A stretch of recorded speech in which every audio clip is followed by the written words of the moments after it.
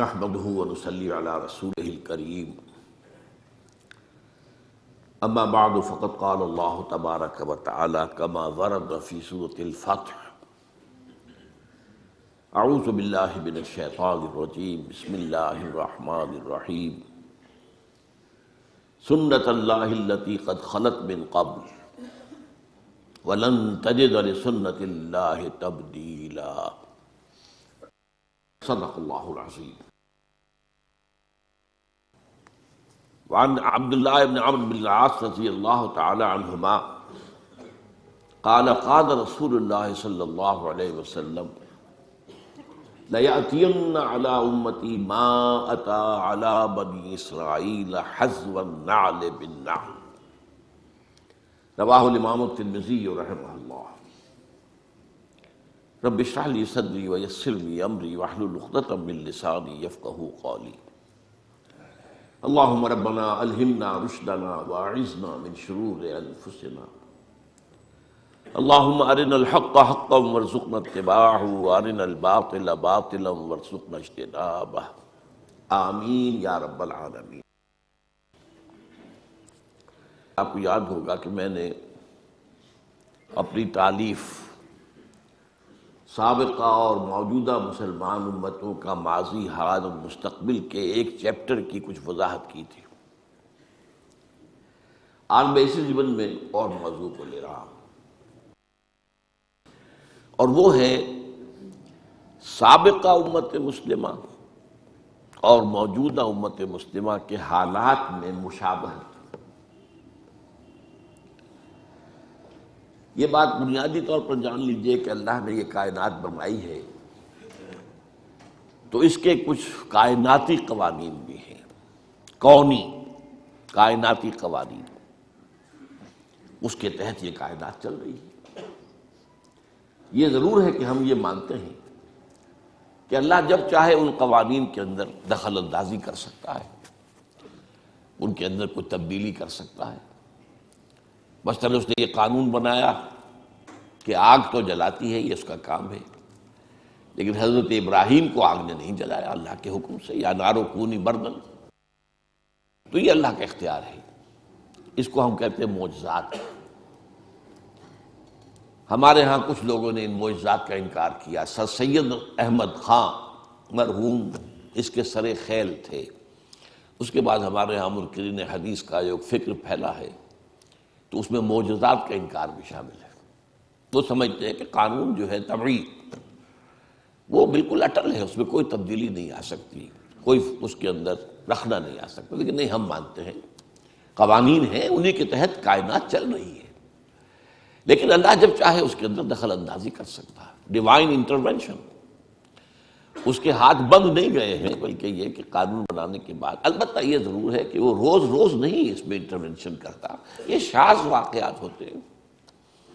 ہمیشہ تو ایسا نہیں ہوا کہ آگ نہ جلائے، وہ تو ایک ہی واقعہ ہوا جہاں تک ہمارے علم میں ہے، ورنہ تو موحدین تھے وہ حضرت عیسیٰ کے ماننے والے، جن کو کہ کھائیوں کے اندر قتل اصحاب الاخدود النار ذات الوقود اذ ہم علیہا قعود، ان کو جو ہے جلایا ہے، آگ کی طرف جلے۔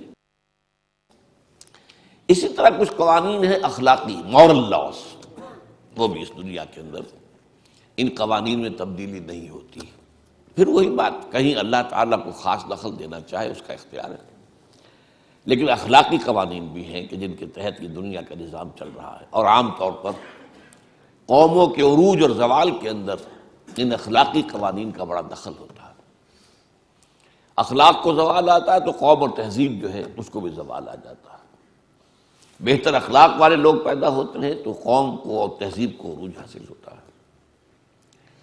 ایک تیسرا قانون یہ ہے کہ اللہ جو اپنے نبیوں کو بھیجتا رہا ہے، اور پھر نبیوں کے ماننے والوں پر اگر کوئی امت مشتمل ہوئی ہے تو اس کے قوانین کیا ہے، اس کے قواعد کیا ہے، یہ بھی معید ہے، یہ بھی سنت اللہ ہے۔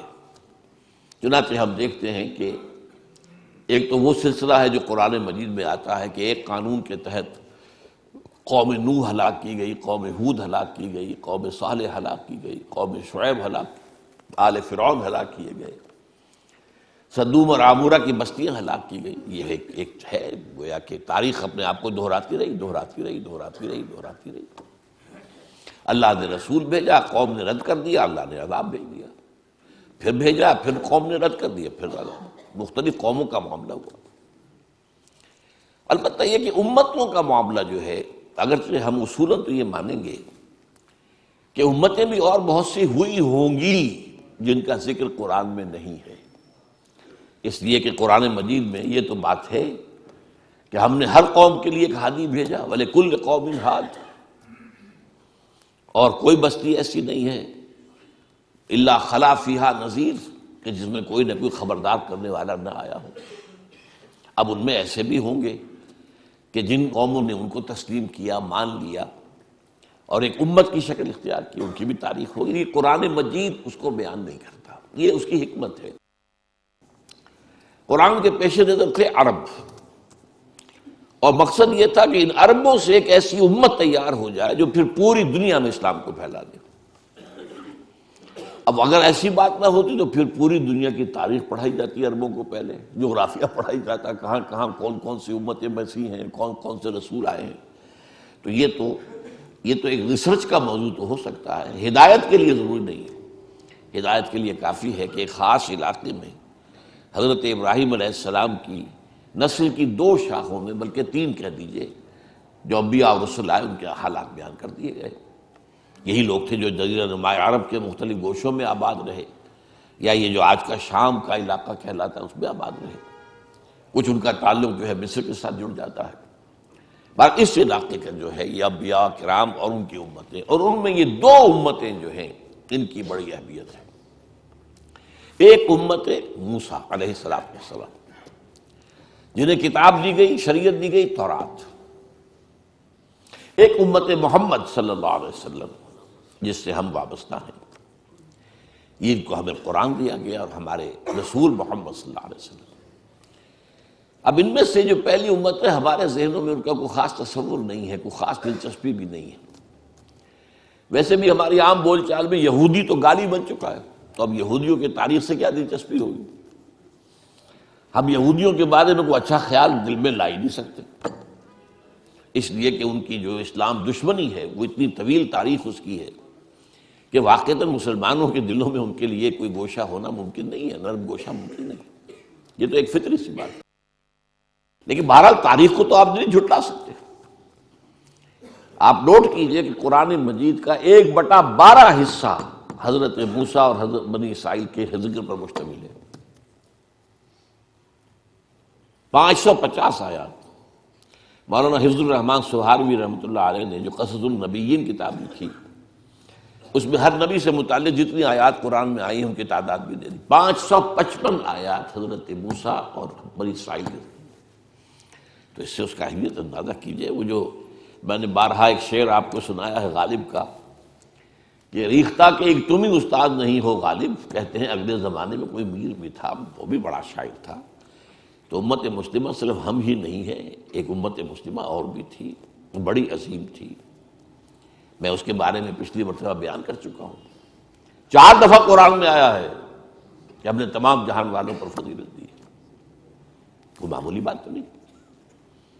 اور ان میں 1400 برس تک نبوت اس طرح جاری رہی ہے کہ کوئی وقت نہیں آیا جبکہ کوئی نبی نہ ہو. 1400 برس. اور یہ 1400 برس جو ہے ان کا آغاز بھی 2 نبیوں سے، اختتام بھی 2 نبیوں پر. آغاز موسیٰ اور ہارون سے علیہ السلام، اور اختتام عیسیٰ اور یحییٰ پر علیہ السلام. تو اندازہ کیجئے اس کو. پھر ایک اعتبار سے کہ یہ وہ قوم ہے 3500 برس کی تاریخ جو ہے، آپ ذرا نوٹ کیجئے، 3500 برس کی تاریخ ان کی موجود ہے، مدون ہے، لکھی ہوئی ہے. اور کون سی قوم ہے دنیا کی جس کی تاریخ اس طرح مدون؟ تو اب آج جو میں بیان کرنے لگا ہوں وہ یہ ہے کہ حضور نے فرمایا کہ مسلمانوں تمہارے اور ان کے مابین بہت مشابہتیں ہوں گی. یہ گویا کہ سنت اللہ جو ہے انبیاء کے بارے میں، رسولوں کے بارے میں، اور پھر ان کی امت میں جو صاحب امت رسول ہوں ان کی امتوں کے بارے میں بعض حقائق جو ہیں ان کو سمجھ لینا چاہیے کہ ان میں بڑی مشابہت ہے۔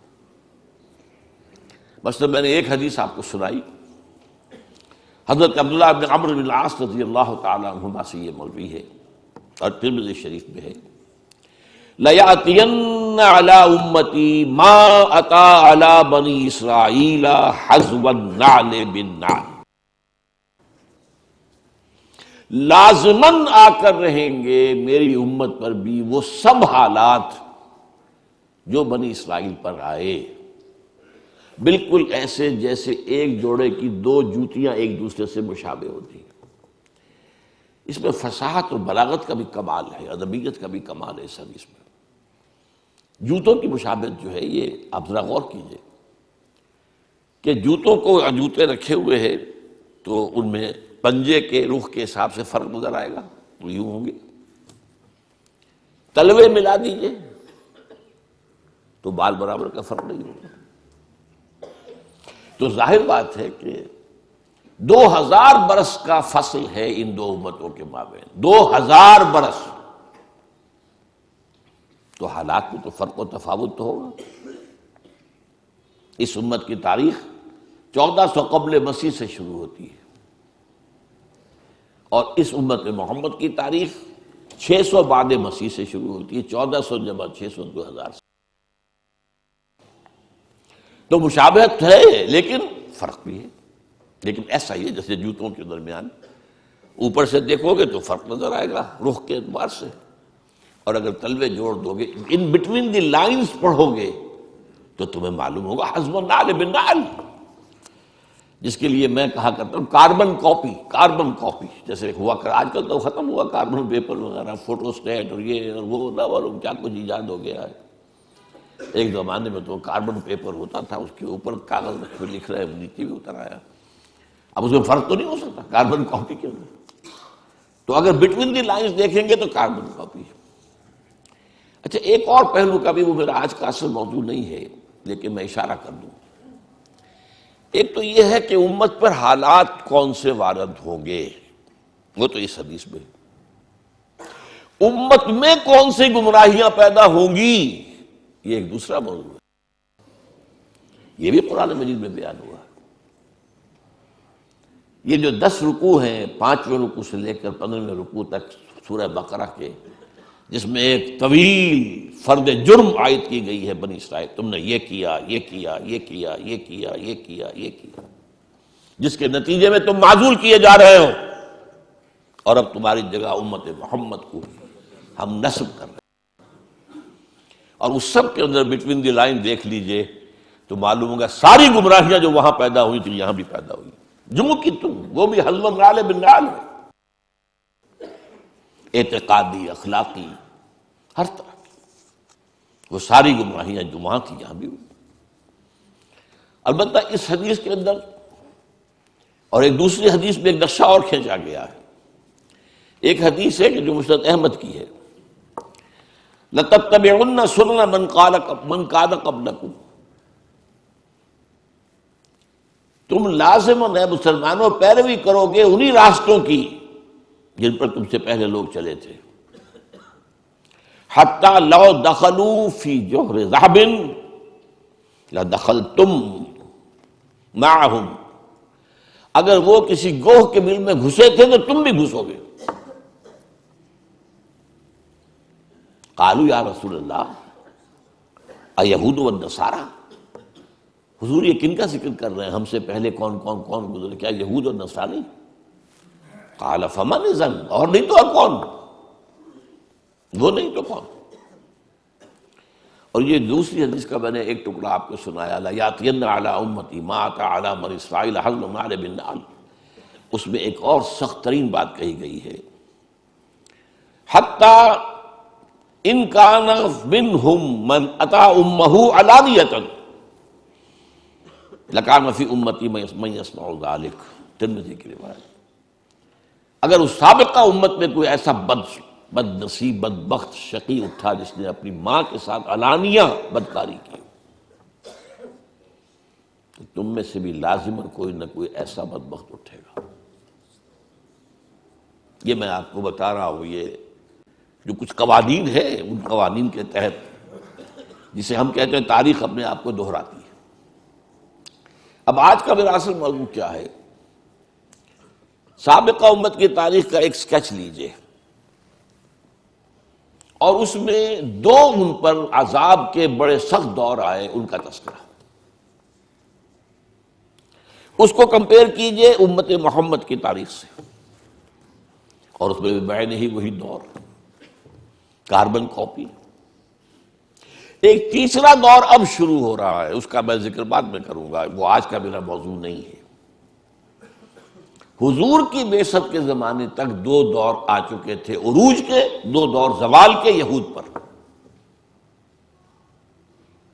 اس کے بعد ایک تیسرا دور اس صدی کے، پچھلی صدی کے آغاز میں شروع ہوا عروج کا، جس کی شکل ہمیں نظر آ رہی اسرائیل، اور جیسے ڈنکے کی چوٹ وہ کھڑا ہے، اور جس طریقے سے جو چاہتا ہے فلسطینیوں کے ساتھ کر رہا ہے، یہ طاقت اس کی۔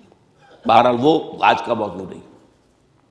اب ایک نقشہ ذہن میں جمائیے، دیکھیے، اگرچہ بنی اسرائیل کی تاریخ ایک قوم کی حیثیت سے وہ 1800 قبل مسیح سے شروع ہو گئی تھی۔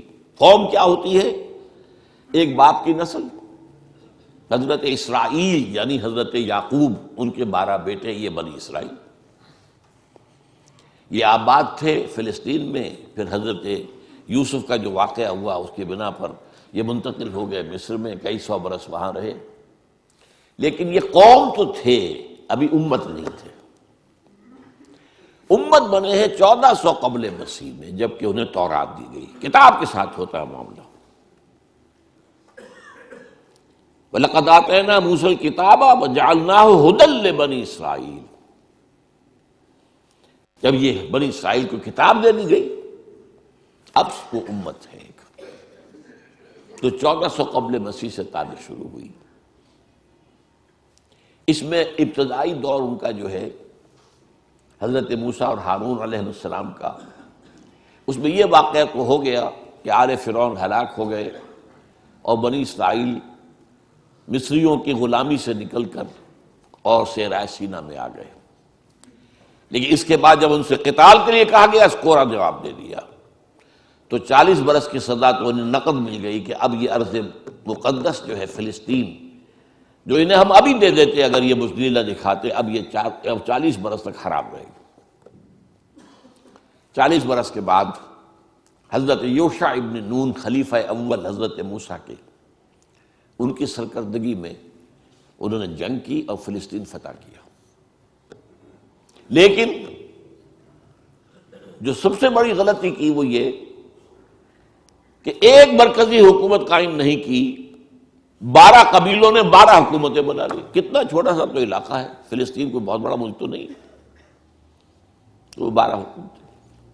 اب ان کا آپس میں جھگڑا، لڑائی، دنگا فساد، ایک دوسرے کے خلاف ایک دوسرے کی مدد، اور پھر ایک دوسرے کے خلاف مدد کے لیے باہر والوں سے، غیروں سے، مشرکین سے مدد لینا۔ تو یہ بہت تباہ ہو گئے تھے تقریباً 300 برس بعد حضرت موسیٰ کی۔ اس کے بعد پھر یہ ہے کہ انہوں نے جو اس وقت کے نبی تھے ان سے کہا کہ ہمیں کوئی سپہ سالار، کوئی بادشاہ ہمارا مقرر کر دیں تاکہ ہم جنگ کریں۔ اب تو حضرت طالوت کو اللہ تعالیٰ نے مقرر کیا، پھر ان کی جنگ ہوئی جس کا سورہ بقرہ میں ذکر ہے۔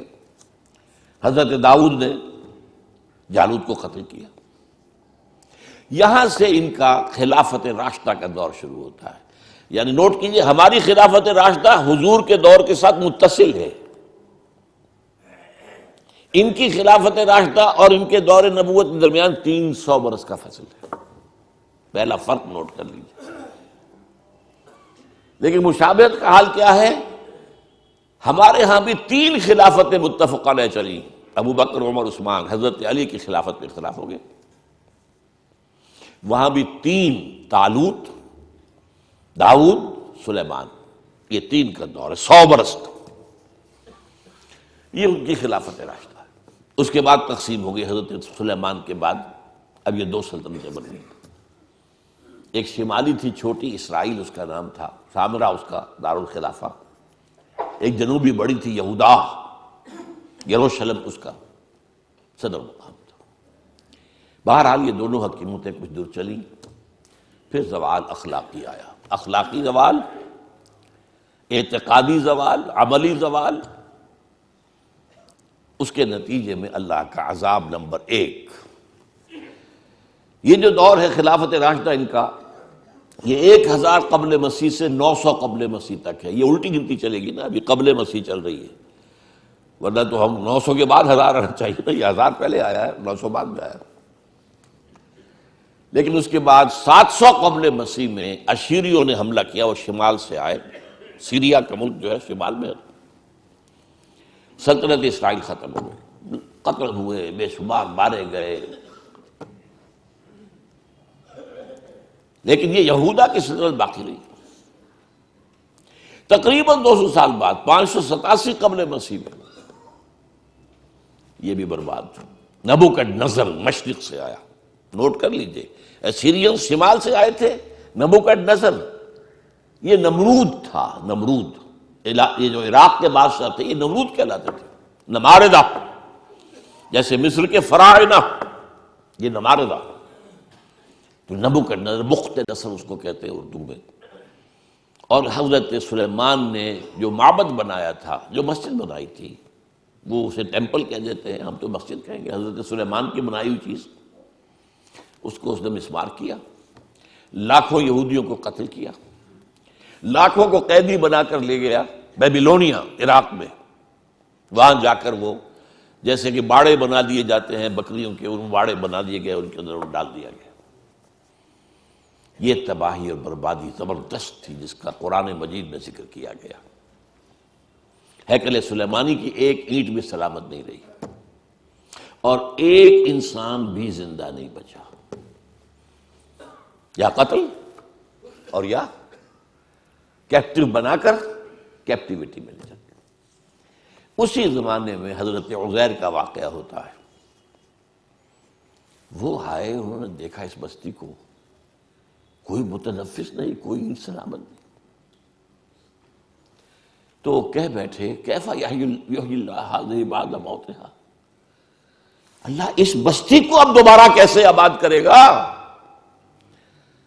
یہ گویا کہ ایک طرح سے ایک شک کی بات تھی نا، جیسے حضرت ابراہیم نے بھی کہا تھا رب ارنی کیف تحیی الموتیٰ، مجھے دکھا دے تم کس طرح زندہ کرے گا مردوں کو۔ اللہ نے 100 سال کے لیے انہیں سلا دیا، بلکہ موت طاری کر دی۔ اماتہ اللہ 100 عام، پھر انہیں اٹھایا۔ اس 100 سال میں انقلاب آ گیا تھا عراق میں، ایران میں ایک زبردست شہنشاہ کھڑا ہوا، سائرس کیخورس ذوالقرنین، اس نے عراق پر حملہ کیا اور ان کو اجازت دے جاؤ تم اپنے شہر کو جاؤ، اپنے ملک میں جاؤ۔ اور اس کے بیٹے داریس نے بہت مدد بھی کی، پیسے بھی بہت دیے، ساز و سامان بھی دیا، جاؤ آباد ہو جاؤ تم فلسطین میں۔ یہ واپس آئے۔ یہ ہے کوئی 100-150 برس کا عرصہ کیپٹیوٹی کے اندر گزرا۔ اسی کے دوران 100 برس حضرت عزیر، ان پر اللہ نے موت طاری کیے رکھی۔ اب وہ آپ جاگے ادھر سے، اب ان کا واپس آنا شروع ہوا، تو ان میں پھر حضرت عزیر علیہ السلام نے توبہ کی منادی کی، ریپینٹ ریپینٹ، توبہ کرو، رجوع کرو، پلٹو اللہ کی جناب میں۔ انہوں نے اس کو لبیک کہا، اس دعوت کو، تو اللہ نے ان کو پھر ایک عروج دیا۔ نوٹ کرتے جائے، پہلا عروج خلافت راشدہ ان کی، 1000 قبل مسیح سے 900 قبل مسیح تک۔ اب یہ جو زوال کا زمانہ ہے، ظاہر بات ہے قوموں کا زوال بھی 2-4 سال کی بات تو نہیں ہوتی نا، وہ تو صدیوں کا معاملہ ہوتا ہے، اوپر ابھرنے میں بھی صدیاں لگتی ہیں، گرنے میں بھی کوئی ایک دن میں تو نہیں گر جاتا۔ لیکن اس کے بعد ان کے اندر جو ایک روح دوبارہ بیدار ہو گئی، ایمان، اخلاق صالحہ، عقائد درست، توحید، تو اللہ نے پھر انہیں دوبارہ عروج دیا۔ مکابی سلطنت قائم ہوئی، جو بہت بڑی سلطنت تھی، حضرت سلیمان کی سلطنت سے زیادہ بڑی تھی زمین رقبہ کے اعتبار سے۔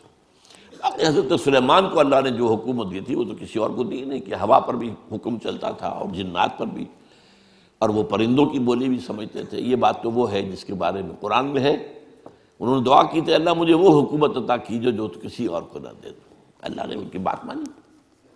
لیکن رقوہ زمینی جو ہے مکابی سلطنت کا حضرت سلیمان کی سلطنت سے بھی زیادہ تھا۔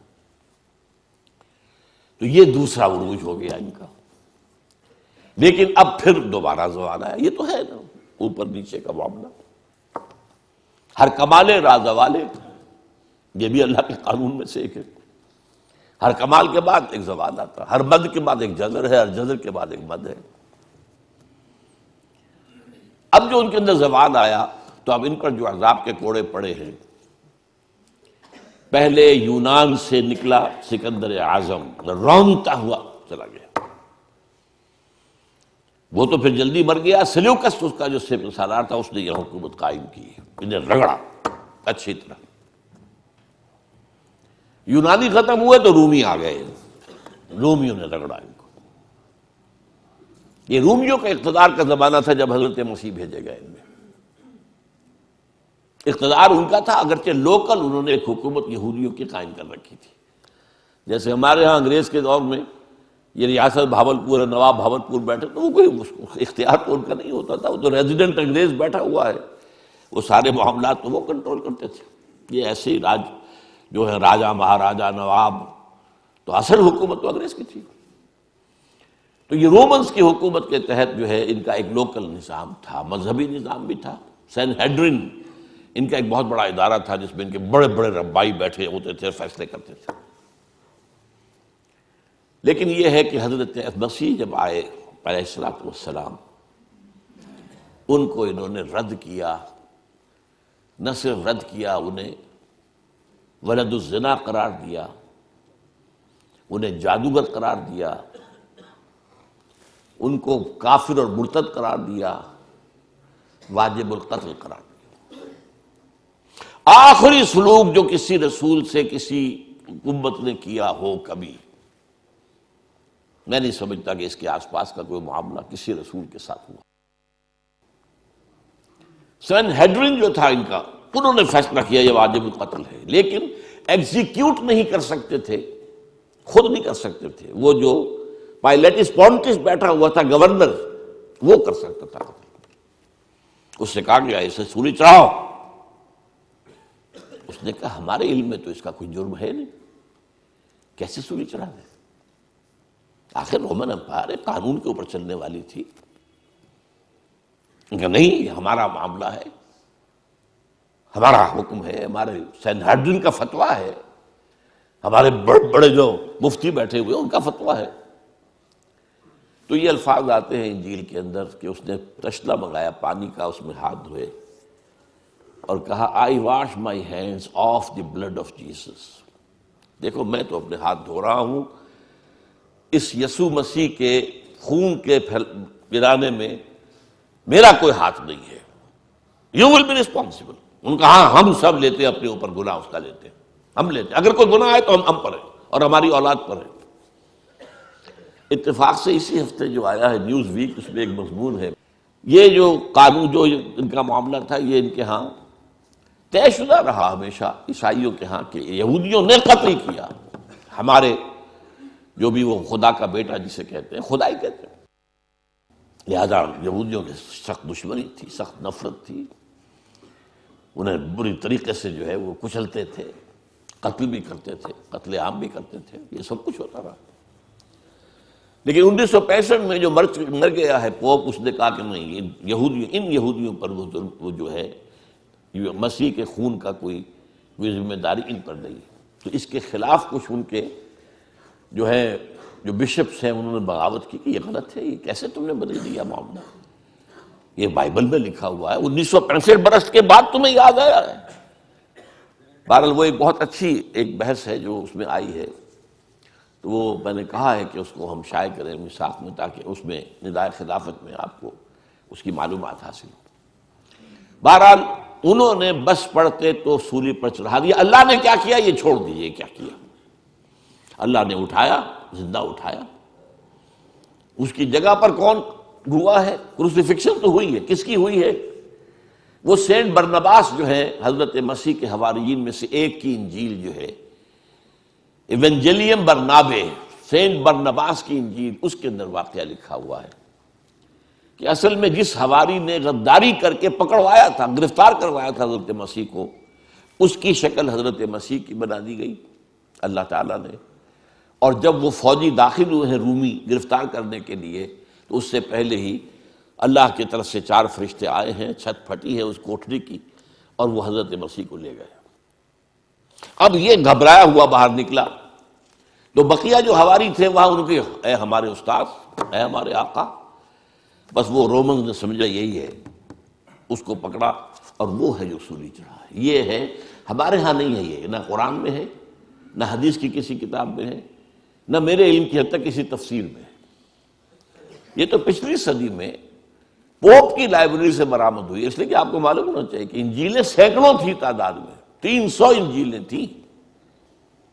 ان میں سے 4 سلیکٹ کی انہوں نے کہ یہ ہمارے ہاں کینونیکل کہلائیں گی، قانونی مستند انجیلیں 4 ہیں.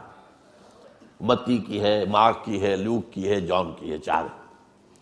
تو گویا کہ 296 تو اپوکریفل کہلاتی ہیں، غیر قانونی، غیر مستند انجیلیں موجود ہیں. ان میں سے ایک انجیل ہے برنباس کی. اب وہ مانتے ہیں کہ ہاں برنباس حضرت مسیح کے حواریوں میں سے ایک تھے، یہ مانتے ہیں، لیکن انجیل کو نہیں مانتے. وہ کہہ رہے ہیں کسی مسلمان نے لکھی. مسلمان نے لکھی ہوتی تو مسلمانوں کے علم میں ہوتی، مفسرین نے کئی حوالے دیے ہوتے. قرآن مجید میں یہ تو ہے اللہ نے اٹھا لیا، کب اٹھایا، کس وقت اٹھایا، کیسے اٹھایا، یہ قرآن میں نہیں ہے. عقیدہ ہمارا ہے اللہ نے زندہ اٹھایا ہے، وہ دوبارہ آئیں گے، ان پر موت وارد نہیں ہوئی. بہرحال وہ تو معاملہ ختم ہوا، اس کو سولی دے دی گئی. اس کے بعد حضرت مسیح علیہ السلام کے رفع سماوی کے 40 برس بعد سن 70 عیسوی میں اب عذاب کا دوسرا کوڑ آیا زبردست. انہوں نے کچھ بغاوت کی تھی. ان کے ہاں ایک انڈر گراؤنڈ موومنٹ چل رہی تھی رومیوں کے خلاف، زیلوٹس کہلاتے تھے، زیلوٹس. انہوں نے بغاوت کی. ٹائٹس رومی جنرل نے پھر جو ان کو 1,33,000 یہودی ایک دن میں قتل کیا یروشلم میں. اور انہوں نے جو دوسرا بنا لیا تھا حضرت عزیر کے بعد علیہ الصلوۃ والسلام، دوسرا جو ان کا جو ہیکل سلیمانی، سیکنڈ ٹیمپل جسے کہتے، وہ گرا دیا اور یہودیوں کو نکال دیا گیا. نکل جاؤ یہاں سے، کوئی یہودی فلسطین میں نہیں رہے گا. یہ کہلاتا ہے ان کا ڈایاسپورا. اب یہ چلے گئے، کوئی روس میں چلے گئے، کوئی سینٹرل یورپ کے ملکوں میں چلے گئے، کوئی شمالی افریقہ میں چلے گئے، ترکی میں آ کے آباد ہو گئے، ہندوستان میں آ گئے. کراچی میں بھی ایک مجلس ہے سینیگوگ ان کی، مسجد بنی اسرائیل، تالا لگا رہتا ہے اس میں، لیکن معلوم ہوتا ہے یہاں بھی کوئی یہودی آ گئے تھے. اب کوئی نہیں ہے غالباً وہاں موجود. ایران میں تو اب بھی ہے بہت سے. اصفہان کے اندر بڑی ان کی حیثیت ہے، کاروبار تجارت وغیرہ میں ان کا بڑا دخل ہے. اور وہیں سے آتا بھی حدیث میں کہ 70,000 یہودی اصفہان سے دجال کے ساتھ شریک ہوں گے. ترکی میں ہے، ترکی میں بڑی عمدہ حیثیت میں ہے یہ. لیکن بہرحال فلسطین سے ان کا نکلنا ہوا 70 عیسوی. اور یہ کب تک جاری رہا؟ یہ 1917 عیسوی تک جاری رہا. کتنے ہو گئے؟ 1835 30 35 کتنے ہوں گے. ان کا داخلہ وہاں بند تھا. ہاں، جب حضرت عمر کے ہاتھوں فتح ہوا یروشلم اور عیسائیوں نے ہینڈ اوور کیا، انہوں نے شرط لگوائی، معاہدہ جو ہوا ہے، آپ یہاں کسی یہودی کو آباد نہیں ہونے دیں گے. حضرت عمر نے کہا ٹھیک ہے، یہاں آباد نہیں ہونے دیں گے، لیکن ان کو یہ اجازت ہوگی کہ وہ آئیں، اپنے مقامات مقدسہ کی زیارت کریں اور چلے جائیں. وہ کوئی جائیداد نہیں خرید سکیں گے، کوئی مکان، کوئی کھیت، کچھ نہیں. سیٹلمنٹ کی اجازت نہیں ہوگی. سیٹلمنٹ کی اجازت ہوئی ہے 1917 میں بالفور کے ذریعے. وہ میں پھر اس اگلی بحث میں بیان کروں گا کہ یہ کیا معاملہ ہوا، کس طور سے ہوا. یہ جو خاکہ بنا ہے، 2 عروج 2 زوال. پہلا عروج 1000 قبل مسیح سے 900 قبل مسیح تک ان کی خلافت راشدہ. پہلا زوال ایسیرینز کے ہاتھوں جو شمال سے آئے، نیبوکڈ نظر کے ہاتھوں جو مشرق سے آئے، تباہی اور بربادی. دوسرا عروج مکابی پاور، دوسرا زوال at the hands of the European powers, the Greeks and the Romans. یہ نقشہ، اب دیکھیے نقشہ سنت امت مسلمہ کا۔ امت مسلمہ کا پہلا عروج عربوں کی زیر قیادت، حضور عرب، خلافت خلفائے راشدین عرب، بنو امیہ عرب، بنو عباس عرب، یہ عربوں کے زیر اثر۔ اور عباسی حکومت بہت زبردست حکومت تھی، اس میں کوئی شک نہیں۔ خلافت راشدہ تو ہماری چار ہی کی ہے، ابو بکر، عمر، عثمان، علی، اور میں پانچواں شامل کرتا ہوں حضرت حسن، اور اس کے بعد بھی عام طور پر پانچواں لوگ لیتے ہیں عمر بن عبدالعزیز، میں کہتا ہوں وہ چھٹے ہیں، ٹھیک ہے۔ لیکن مسلمان تو ترقی کرتے چلے گئے نا، خلافت ختم ہوئی ہے، ملوکیت آئی ہے، مسلمانوں کا اقتدار تو بڑھتا چلا گیا۔ عباسی دور کس قدر وسیع ہونا، لیکن اس کے بعد اسی عباسی دور میں جب زوال آیا، اضمحلال آیا، اور بڑی سلطنتوں میں اضمحلال کیا آتا ہے کہ پہلے طوائف الملوکی ہو جاتی ہے، کہنے کو تو مرکزی حکومت قائم ہے، لیکن گورنرز جو ہے مختلف علاقوں میں یہ بیٹھے ہیں، یہ سلاطین ہیں، یہ راجے ہیں، یہ مہاراجا ہیں۔ جیسے مغل سلطنت کو 150 برس جو ہے لگے تھے ختم ہونے میں، اسی طریقے سے کئی 100 برس کا معاملہ ہے۔ لیکن پھر اب دیکھیے پہلا عذاب شمال سے آیا کروسیڈرز کے ہاتھوں، لاکھوں مسلمان قتل ہوئے، پورا میڈیٹرینین کا ایریا جو ہے تباہ و برباد ہوا۔ ہمارے ہاتھ سے یروشلم نکل گیا 1099 عیسوی میں، اور 1187 تک رہا عیسائیوں کے پاس۔ 1187 میں کرد صلاح الدین ایوبی نے واپس لیا ہے۔ عرب مر چکے تھے، کھوکھلے ہو چکے تھے، کھونے والے عرب تھے، واپس لینے والے عرب نہیں تھے، کرد تھے۔ آگے ایک کاربن کاپی آ گئی، شمال سے اسیرینز، شمال سے کروسیڈرز، مشرق، اس کے بعد اگلا آیا مشرق سے دی تاتاری ہورڈز، تاتاریوں کے حملے، جس میں پورا خراسان ختم ہوا، پورا ایران ختم ہوا، افغانستان کا بڑا حصہ ختم ہوا، عراق کا بھی آدھے سے زیادہ ختم ہوا، اور آخری خلیفہ جو تھا بنو عباس کا، اس کو بحل میں سے کھینچ کر نکالا گیا اور ایک جانور کی کھال میں لپیٹ کر ڈال دیا گیا راستے میں، اور گھوڑے دوڑا دیے گئے۔ That was the end of the Abbasid power. Or that was the end of the Arab leadership of the Muslim Ummah. یہ 2 سال اس سے پہلے اور 200 سال اس کے بعد، یہ وہ دور ہے گراوٹ کا، پستی کا۔ اس کے بعد اب جو وہاں ہوا تھا یہاں بھی ہوا۔ عجیب بات ہے، جن تاتاریوں نے کروڑوں مسلمانوں کو مارا وہ اسلام لے آئے۔ اب ان کے ہاتھوں، ان کے ذریعے سے امت مسلمہ، مسلمانوں کو عروج کا دوسرا دور آیا۔ فرق یہ ہے کہ کوئی مرکزی حکومت تو ایک قائم نہیں ہوئی،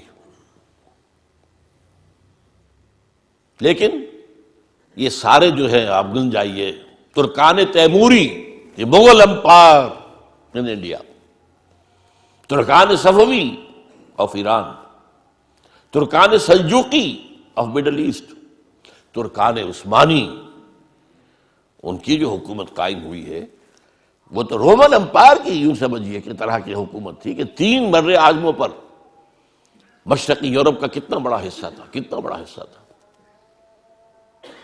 شمالی افریقہ، پورا مغربی ایشیا کا بڑا چنک یہ سلطنت عثمانیہ میں شامل تھا۔ یہ ہمارا دوسرا عروج کا دور ہے۔ لیکن پھر زوال آیا، ہر زوالے، ہر کمال زوالے، پھر گراوٹ آئی، پھر اخلاق گرے، پھر عقائد کے اندر مشرکانہ اوہام آئے، نئی سے نئی رسومات ایجاد کی گئی۔ اب جو زوال آیا وہاں کن کے ہاتھوں آیا تھا؟ European, Greeks and Romans. ہم پر آیا کن کے ہاتھوں؟ سب سے پہلے اسپینیئرز کے ہاتھوں۔ ہسپانیہ کے عیسائیوں نے مسلمان کی حکومت ختم کی وہاں پر، اور تہس نہس کر دیا۔ 1258 میں فال آف بغداد ہوا ہے اور 1492 میں فال آف گرناڈا، سقوط غرناطہ، اور اس کے بعد 10-15 سال کے اندر اندر جہاں 800 برس تک مسلمانوں کی حکومت رہی تھی، ایک فرد بشر بھی مسلمان نہیں زندہ چھوڑا، either massacred اور burnt alive، یا جہازوں میں بھر بھر کے لے جا کر اور شمالی افریقہ کے ساحلوں پر ڈمپ، اور پھر یہاں سے طاقت کا واسکو ڈی گاما نے راستہ تلاش کیا، اور واسکو ڈی گاما کے راستے سے round the Cape of Good Hope پھر یہ مغربی یورپ کی طاقتیں آئیں، انڈونیشیا ختم ہوا، ہندوستان کی حکومت ختم ہوئی، ہوتے ہوتے 20ویں صدی کے آغاز میں آ کر پہلی جنگ عظیم کے بعد سلطنت عثمانیہ ختم ہو گئی۔ کہاں تھی کچھ پتہ نہیں۔ The great Ottoman Empire just vanished from the map of the world۔ آج کوئی بتا نہیں سکے گا کہاں ہوتی تھی۔ یہ عجیب تھی پچھلی صدی جو تھی 20ویں صدی۔ اگر آپ لوگ وقت کے ساتھ کچھ اپنا ذہنی ربط رکھتے ہوں، 20ویں صدی کے اندر 2 یہ کام ہوئے ہیں۔ اس کے پہلے حصے میں سلطنت عثمانیہ نسیم منسیہ، آخری حصے میں the great Soviet union Naseem منسیہ۔